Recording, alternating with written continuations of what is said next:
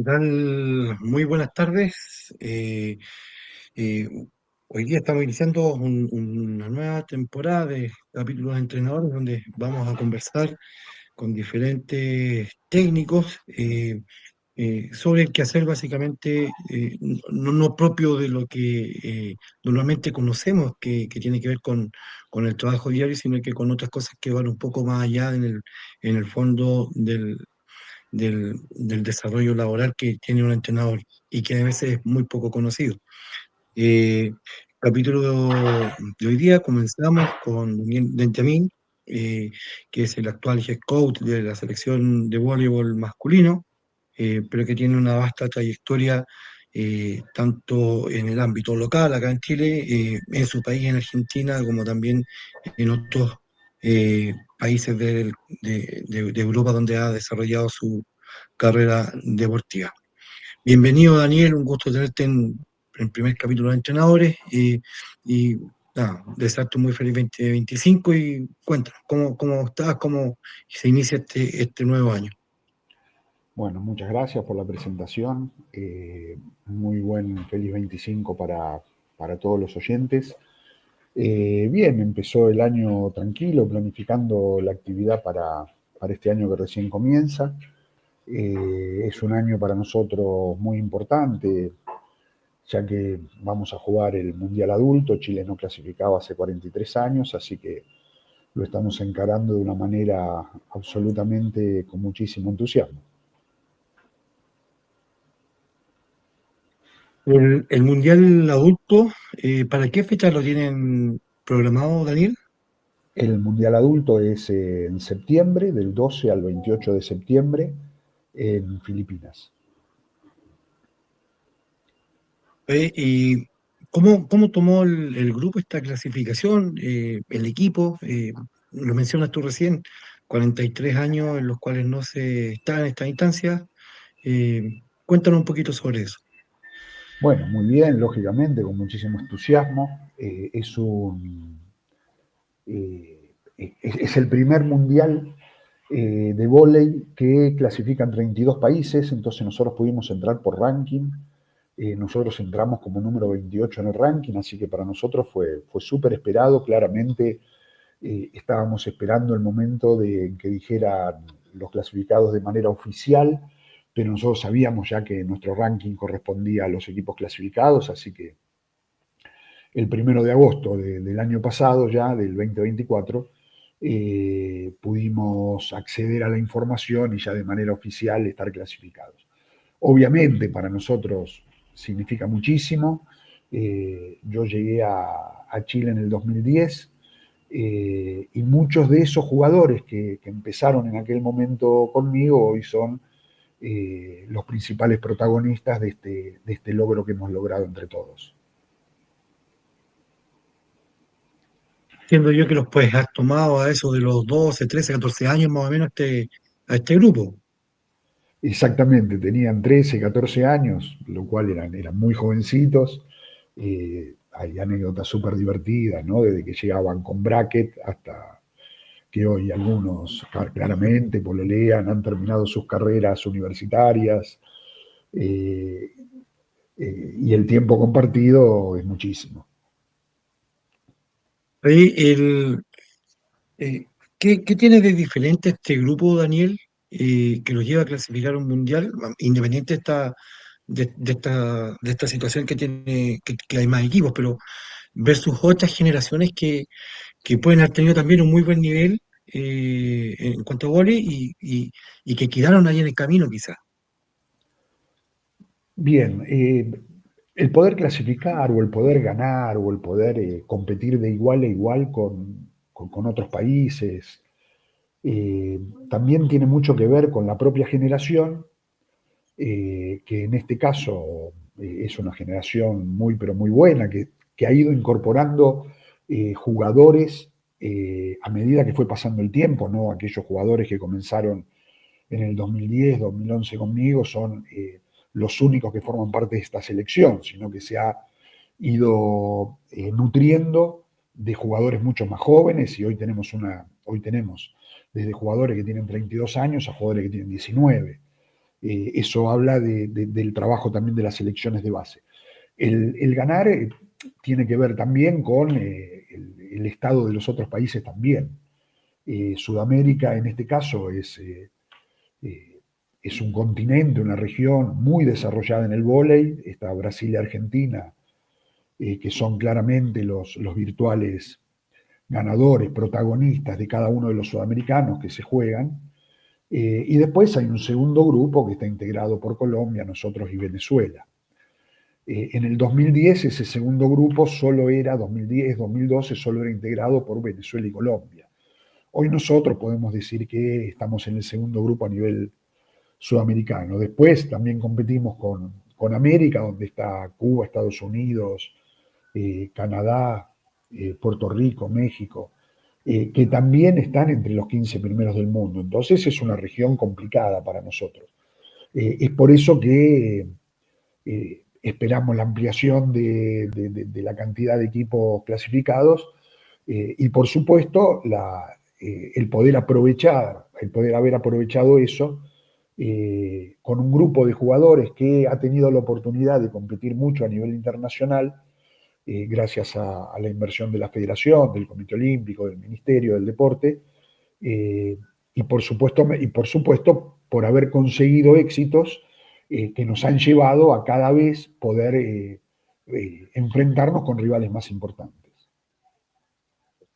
Y en lo personal, Daniel, ¿cómo vas trabajando tú este tiempo de desafíos? Porque no es fácil, no es fácil. Uno siempre habla de la motivación de los jugadores, que el torneo, el campeonato, pero necesitamos un entrenador motivado, un entrenador que esté en constante búsqueda de desafíos y de cosas importantes, que va a ser un poco el motor, el impulsor para poder contagiar al equipo. ¿Cómo vas trabajando esa parte, Daniel? Bien, primero buscando objetivos y desafíos cada vez superiores, ¿no? Para nosotros era muy importante en algún momento poder jugar a nivel sudamericano, después fue muy importante jugar a nivel panamericano, ahora competimos eh, en los torneos internacionales a los que podemos clasificar, como la Challenger Cup, y eso nos va motivando todo el tiempo enfrentar a rivales iguales o superiores a nosotros, eh, nos mantiene motivados, expectantes, analizando el proyecto y corrigiendo posibles errores o mejorándolo en aquel proyecto original que era meterse en el segundo grupo de Sudamérica. De esa manera y teniendo la posibilidad de que nuestros jugadores vayan al exterior, poder observarlos, poder conversar con los entrenadores de los jugadores en el exterior, eh, y la capacitación constante hace que mi cuerpo técnico y yo en particular, ya que la pregunta es personal, estemos todo el tiempo pensando en qué cosas y cómo puede mejorar el equipo. Oye, y esto es súper vertiginoso porque termina un torneo y ya estás pensando en el próximo torneo internacional o en el próximo ciclo olímpico, el desafío de una Olimpiada. Debe estar ahí también, me imagino. Por supuesto, nosotros, por ejemplo, Chile también jugamos los Juegos Panamericanos del 2019 en Lima, y también Chile hacía como 40 y tantos años que no clasificaba unos Juegos Panamericanos. Después jugamos los de aquí, los de Santiago, y cada uno de esos desafíos ha sido superior para nosotros. Algunos con mejores resultados y otros con resultados no tan buenos, eh, por debajo de lo que nosotros esperábamos. Pero siempre nos ha servido de desafío cuando no nos va bien y cuando nos va bien. Intentamos siempre poder ponernos como objetivo jugar, competir cada vez mejor y contra mejores adversarios. Vale. Oye, y un poco tomando ya estos casi 20 años, el 2010 dijiste que estaba en Chile, casi 15 años ya, más toda una trayectoria que tiene anterior. Eso tú como entrenador no parte del 2010, claramente. ¿Qué valor le das tú a la experiencia en todo este tiempo? Ya mirando hacia atrás, en cuanto a la detección de jugadores, al encontrarle la posición, al poder sacarle rendimiento, eh, a cómo te vas nutriendo con tu cuerpo técnico. ¿Qué valor le vas dando a la experiencia tú en ese aspecto? Bien, mucha, mucha. No soy el entrenador que empezó a los 22 años.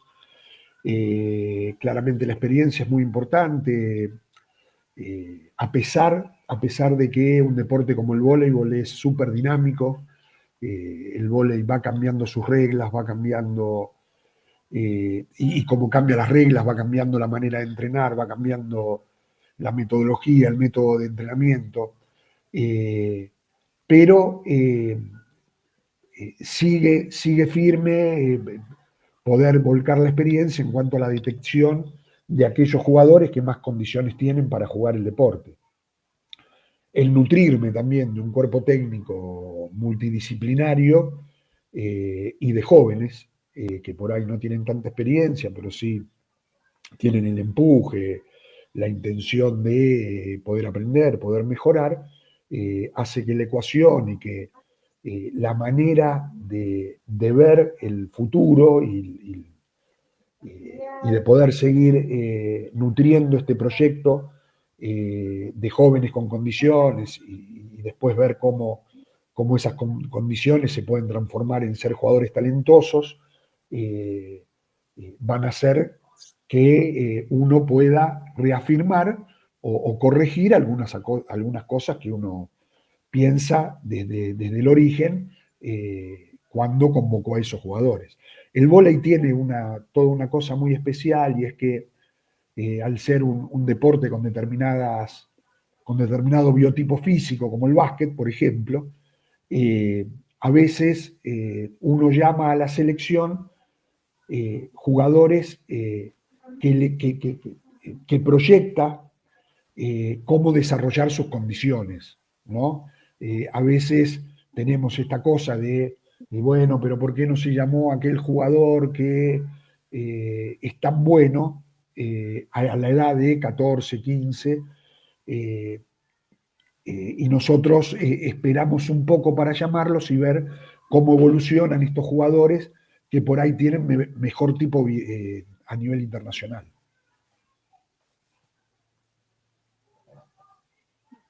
Y a veces cuesta mucho también convencer a los papás de que el hijo no tiene proyección o al entrenador del club del jugador a esos 14 años, de que a lo mejor no va a tener proyección internacional versus otro chico que puede tener menos condiciones, pero que te mide 1,96 m o 2 metros, no sé. Tal cual, tal cual. Eso por ahí es lo más difícil. Por suerte nosotros no tenemos ese contacto con los padres tan como para... eh, eh, sí le explicamos al jugador cuáles son las cosas que tiene que corregir, porque por suerte el vóley tiene roles en los que hay distintos biotipos para cubrir esos roles. Pero sí, a veces lo más complicado es los entrenadores de esos jugadores, que al no nutrirse de lo que es el vóley internacional, o el no ver a ese jugador eh, dentro del grupo seleccionado, hace que tenga una visión parcial de cómo juega. Por ejemplo, cuando pone uno todos jugadores buenos en sus clubes y los trae a la selección, ya ese jugador que parece tan bueno en el club no lo es tanto en la selección. ¿Por qué? Porque está con Se todos pierde un jugadores poquito, buenos. claro. Que es lo mismo que nos pasa a nosotros en la selección con jugadores seleccionados que consideramos extraordinarios. Y hay algunos que después van a sus clubes en el exterior y les cuesta jugar, tomar la titularidad. Ser titular, claro. Pasa exactamente lo mismo, no es que eh, nosotros salimos de la norma, O por qué no está en un mejor club, en una mejor división. es exactamente Claro. igual. Entonces eso hace que en algún punto todos tengamos que volver a ubicarnos dentro de los parámetros del lugar al cual queremos acceder. Yo creo que Chile debiera en ese sentido mejorar un poco cuáles son las selecciones intermedias, quiero decir, selecciones provinciales, regionales, locales. En ese aspecto se podría mejorar mucho en cuanto a que uno no puede posiblemente tener condiciones para ser seleccionado nacional o desarrollarlas a medida que va pasando el tiempo, pero sí ser seleccionado de el municipio, de La región. su lugar, su región, y representar al país en tantos torneos que hay, binacionales, Araucanía, Judejut, y tantos torneos internacionales, para recién después llegar a la selección de Chile. Sí, y sería un buen filtro también, o una buena exposición para los seleccionadores nacionales, tener esa vitrina viendo a los jugadores compitiendo, no solamente entrenando. Y también Oye, para los Daniel, entrenadores, y también para los claro, entrenadores, no solo para sí, por supuesto. jugadores, sino también una formación de entrenador para entrenadores, futuros Y, entrenadores de la selección. exacto, pasa mucho también de que reducimos un poco la labor del entrenador a preparar un ejercicio, hacer un par de jugadas, pero hay que estar en la banca para poder tomar decisiones, para poder hacer el cambio, para hacer una rotación de algo, entregar alguna instrucción, y eso se hace también con partidos estrechos, partidos en los cuales te toca ir desde atrás o también manejando una ventaja. Por supuesto, el Mm. jugar es un elemento fundamental en el deporte colectivo, es fundamental. Y en ese caso también nosotros en Chile tenemos que darle una vuelta de tuerca, ya que los partidos y los partidos buenos y jugar gran cantidad de partidos son un aprendizaje súper importante para los jugadores y para nosotros los entrenadores. Bueno. Oye, Daniel, saltándonos a otro tema, tú mencionabas antes de que en la selección la ecuación daba también de que había un grupo, este grupo muy bien, aparte de lo técnico, pero que tenían como hambre, que tenían ese sentimiento de jugar de igual a igual con cualquiera. Eh, Claramente ahí van apareciendo el liderazgo en ese sentido. Y preguntarte, ¿cómo en tu labor de entrenador vas manejando los liderazgos de cada uno de estos jugadores para que vayan en servicio del objetivo global, teniendo en cuenta de que los tienes no permanentemente, porque los jugadores que están afuera los concentras de vez en cuando? La gracia es que se conocen ya de mucho tiempo, pero van apareciendo situaciones de ese tipo. ¿Cómo entrenador tú las vas manejando? Bien, A lo el mejor vas vóley a contar una receta de tu equipo y después te desarman el andar de ellos. eh, el vóley en ese sentido es un deporte muy ordenado. Nosotros tenemos la suerte, no es como el fútbol o como el básquet, que se juntan en ventanas para competir, sino que el vóley está programado de abril, mayo a septiembre, octubre como temporada internacional. En esa temporada internacional entrenamos los seleccionados y jugamos los seleccionados.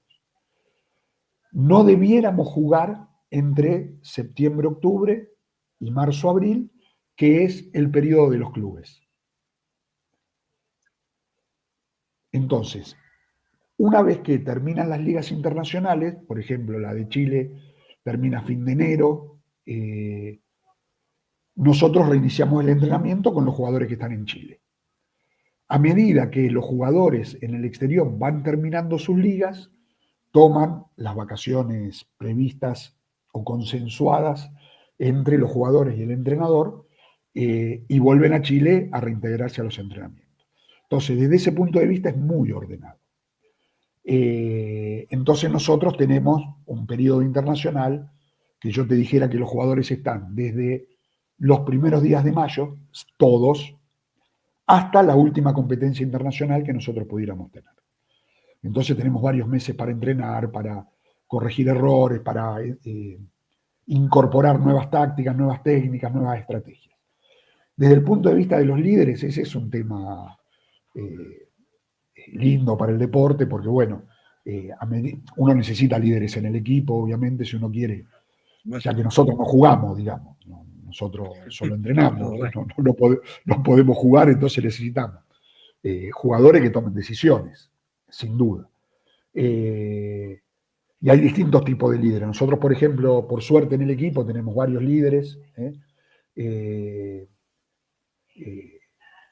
con los cuales al momento de jugar se hacen muy importantes y se hacen presentes en el equipo. Y después, en el grupo hay distintos tipos de líderes que son naturales. Uno no los inventa, no los genera, solo los detecta. Solo los detecta, en la cancha trata de potenciarlos, explicando cuál es la función de cada uno, teniendo en cuenta cuál es su rol, su intervención dentro de la cancha, y con eso se va generando un equipo que en general entienda que es más importante ganar que cualquier tipo de interés personal por sobre que gane el equipo. Oye, y para ir cerrando, Daniel, me gustaría preguntarte cómo ves tú el éxito, cómo lo conceptualizas, cómo lo sientes, lo percibes. Y te la divido la pregunta entre las categorías formativas y ya en el ámbito de seleccionador. Bien. El éxito es un tema. Yo creo que el éxito es poder hacer lo que a uno le gusta, lo que uno quiere, de la mejor manera posible. No lo relaciono tanto con el triunfo, o no lo relaciono solo con el triunfo. Me parece que uno puede lograr el éxito eh, y no ser el campeón, porque el campeón es uno solo. Me parece que en ese sentido está muy menospreciada la derrota, ¿no? Como que el que pierde es un perdedor, que no sirve para nada, y a veces en el vóley pierde 3-2, 15-13. Es un punto de diferencia, no quiere decir que uno lo hizo mal. Porque cuando uno entiende que para ganar uno lo debe hacer mejor que el otro, y a veces uno lo hace muy bien, pero el otro lo hace un poquito mejor, eso hace que uno comprenda un poco más todo el aspecto que tiene que ver con la victoria y la derrota. Así que yo veo en Chile un proceso exitoso, más allá de que nunca hayamos sido campeones sudamericanos o que no hayamos sido campeones panamericanos, o que por ahí en algunos no hayamos cumplido las expectativas. En cuanto a las divisiones inferiores, yo creo que el éxito de las divisiones inferiores está en proveer de la selección y de los clubes, proveer jugadores a los seleccionados o al equipo adulto. Yo creo que ese es el éxito. El éxito no es ganar en inferiores, sino proveer a los jugadores, proveer de jugadores al equipo adulto. Nosotros que hemos clasificado, y yo como entrenador, por primera vez en el 2013 a un Mundial Sub-19, considero que el mejor éxito de haber clasificado fue haber podido participar de un Mundial jugando contra los mejores equipos, ganando y perdiendo, pero jugar contra los mejores equipos y desde ese punto de vista jugar nosotros y que no jueguen nuestros rivales directos, que son Colombia, Venezuela, tener nosotros esa oportunidad de jugar. Ir a los mundiales, por ir a los mundiales y que después ninguno de esos jugadores alimente el seleccionado adulto o los primeros equipos de sus clubes, ahí yo no lo veo tan exitoso, por más que se pueda ver como exitoso el clasificatorio mundial. Me parece que es la primera parte. La otra parte es esa, es la de proveer a los seleccionados adultos, o vuelvo a repetir, no todos pueden llegar a la selección de su país, que puedan destacarse en sus clubes como jugadores del primer equipo. Eh, Julio Velasco transmite algo muy parecido a lo que dices tú, en el sentido de Se copia. que claro, te copia. Algo, si no, si la memoria no me falla, algo de que la gente tiene que irse después de un torneo, un partido, un proceso, con la satisfacción principalmente de haber hecho el mejor esfuerzo posible. eh, y no reducirlo solamente al primer lugar o al éxito de un triunfo, que todos queremos, todos trabajamos para eso. Tú también te preparas para ser campeón, pero otro a lo mejor lo hizo un poquito mejor, tuvo mejores condiciones, tuvo más partidos, tuvo, no sé, conjugación de varias cosas que no solamente va de la mano con eso. Daniel, hoy ya estamos terminando. Quiero agradecer el tiempo que has dedicado a esto. Ha sido una charla súper positiva, muy entretenida, para conocer otros aspectos, no necesariamente lo técnico, que me imagino que es lo que siempre te toca responder. Para finalizar, no sé si algún saludo, algún mensaje, algún deseo, algún consejo para los entrenadores. Te dejo ahí Eh, la palabra. no, me parece que trabajar, entrenar, eh, darle con todo, entender que el equipo que uno entrena es lo más importante que uno tiene, que los jugadores que uno entrena son lo más importante que uno tiene, eh, que el lugar en el que uno está es el lugar más importante, y que cada uno de nosotros va a ser mejor en la medida de que nuestros equipos jueguen mejor. Ese es el mensaje. Agradezco la cortesía de haberme invitado al programa. Estoy muy orgulloso, me he sentido muy cómodo, así que un saludo para todos y todas. Vale. Muchas gracias, Daniel, y que vaya muy bien este 2025. Muchísimas gracias igualmente.